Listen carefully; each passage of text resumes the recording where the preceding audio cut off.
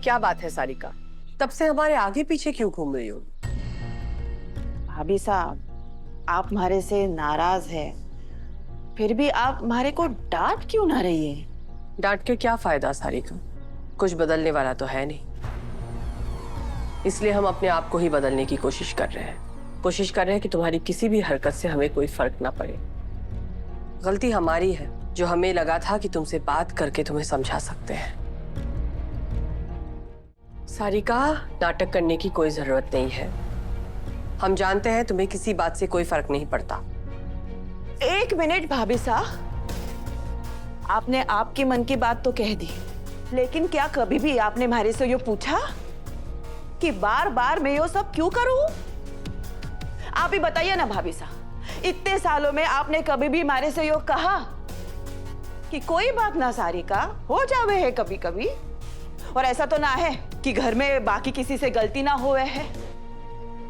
चलो, अपने लोगों ने हर कोई माफ कर देवे है, लेकिन भाभी साहब आपने तो उस पराई वसु ने भी माफी दे दी, तो फिर हर बार मारू को ही सजा क्यों भाभी साहब? आपके लिए वो पराई वसु आपकी सगी देवरानी से भी ज्यादा सगी है? ऐसा नहीं है सारिका। अगर ऐसा होता तो तुम्हारी इतनी सारी गलतियों के बावजूद भी क्या तुम इस घर में रह रही होती? और एक बात, तुम अपनी तुलना वसुधा के साथ मत करो। क्यों ना करूं भाभी साहब? वो पराई होते हुए भी आपकी सगी बनी बैठी है। अब आप यो ना कहिएगा कि वो आपकी बड़ी बहू है।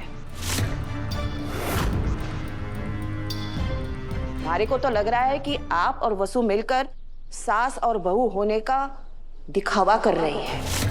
आपने अभी भी उसे अपनाया ना है, लेकिन फिर भी वो बात मैं किसी के सामने ना कह रही। काकी साहब, अब सुबह सुबह कैसी बातें कर रही हैं? अगर आपको ठीक से याद नहीं है तो मासा ने सिर्फ हम घर वालों के सामने नहीं, पूरी मीडिया के सामने वसु को अपनाया, दिल से उसे अपनी बड़ी बहू माना है। और अगर आपको अभी यकीन नहीं हो रहा है तो याद कर लीजिए कि वसु को और मासा को झूठ और फरेब से कितनी नफरत है। लेकिन देव मासा, में रहने दीजिए आप। हम सब आपको मानते हैं, जानते हैं कि आपने वसु को दिल से अपना लिया, इसलिए काकी साहब की बात को इग्नोर कीजिए और ऑफिस चलिए। आज एक बहुत इंपॉर्टेंट मीटिंग है।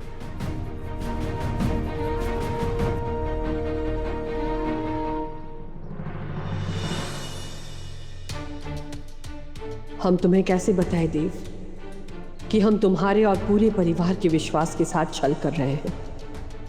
काश हम तुमसे सच बता पाते।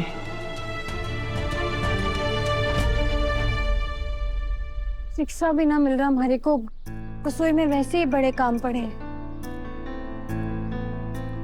वसुधा, प्रणाम पंडित जी। आपको गुरुजी ने मंदिर बुलाया तुरंत। जी मैं यूँ सामान घर रख कर आती हूँ। नहीं नहीं, आपको अभी इसी वक्त बुलाया है, कोई जरूरी बात है। ठीक है गुरु जी। गुरु जी ने हमारे को ऐसे अचानक क्यों बुलाया है?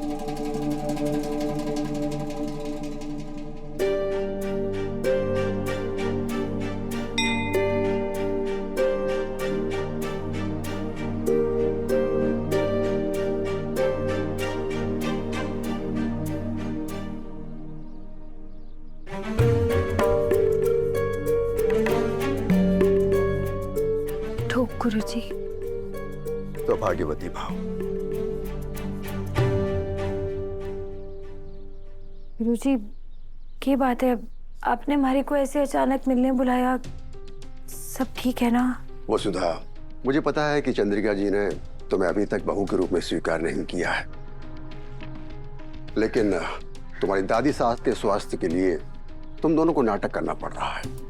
और तुम ये भी अच्छी तरह से जानती हो कि चंद्रिका जी तुम्हें दिल से बहुत चाहती हैं, लेकिन अपने स्वास्थ्य की रक्षा करने के लिए उन्हें खुद को रोकना पड़ रहा है।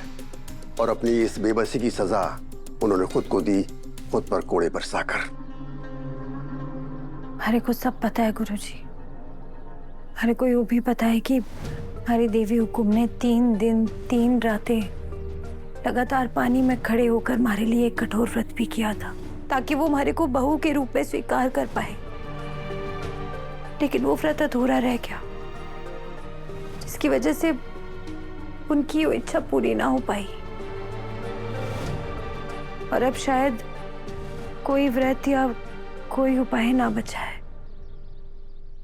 समय, नक्षत्र और तारे सब अपनी गति से चलते हैं। कल तक मेरे पास कोई उपाय नहीं था, लेकिन आज तारों ने मुझे एक उपाय सुझाया है। कैसा उपाय गुरुजी? लेकिन उपाय आसान नहीं होगा। इसे पूरा करने के लिए तुम्हें एक बहुत कठिन परीक्षा देनी होगी। गुरुजी, मैं कोई भी कठिन से कठिन परीक्षा देने के लिए तैयार हूँ। बस हमारे बड़े हुकुम के सारे खतरे टल जावे। आप बस हमारे को उपाय बता दीजिए। अगर तुम चाहती हो कि चंद्रिका जी तुम्हें बहू के रूप में स्वीकार कर ले और तुम्हारी वजह से प्रभात जी पर कोई संकट ना आए, तो अगले 1 साल के लिए तुम्हें चौहान हाउस से दूरी बनानी होगी, वो भी घर पर बिना किसी को कुछ बताए। तुम्हें 1 साल के लिए अपनी पहचान छुपाकर एक गांव में रहना होगा और उस गांव के पुराने महादेव मंदिर में रोजाना जलाभिषेक करना होगा। अगर तुमने ये कर लिया तो तुम्हारी कुंडली का दोष प्रभात जी की जिंदगी के लिए खतरा नहीं बनेगा और तुम्हें परिवार में बड़ी बहू का दर्जा भी मिल जाएगा। बोलो वसुधा, क्या तुम ये कर पाओगी? लेकिन गुरुजी, हमारी देवी हुकुम और हमारे सासरे ने बिना बताए 1 साल तक मैं उनसे दूर कैसे रहूंगी? और देव सर, वो तो न जाने हमारे से कितने सवाल पूछेंगे। बिना जवाब के वो हमारे को कहीं ना जाने देंगे। मैं जानता हूं वसुधा, ये उपाय कठिन है, लेकिन यही एक उपाय है। तुम कहां जा रही हो, क्यों जा रही हो और कब लौटोगी, इसका पता केवल एक व्यक्ति को हो सकता है और वो है तुम्हारे पिता। उन्हीं की आज्ञा और आशीर्वाद से तुम्हें ये तपस्या करनी होगी। लेकिन गुरुजी, हमारे बाबू साहब ने मनाना बहुत मुश्किल होगा।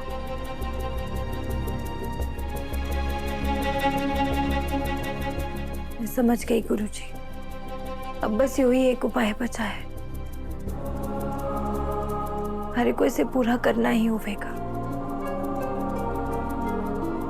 बड़े हुकुम की सलामती के लिए मैं अपने बाबू साहब ने इस उपाय के लिए जरूर मनाऊंगी। अब बस हमारे को अपना आशीर्वाद दीजिए गुरुजी। सदा खुश रहो।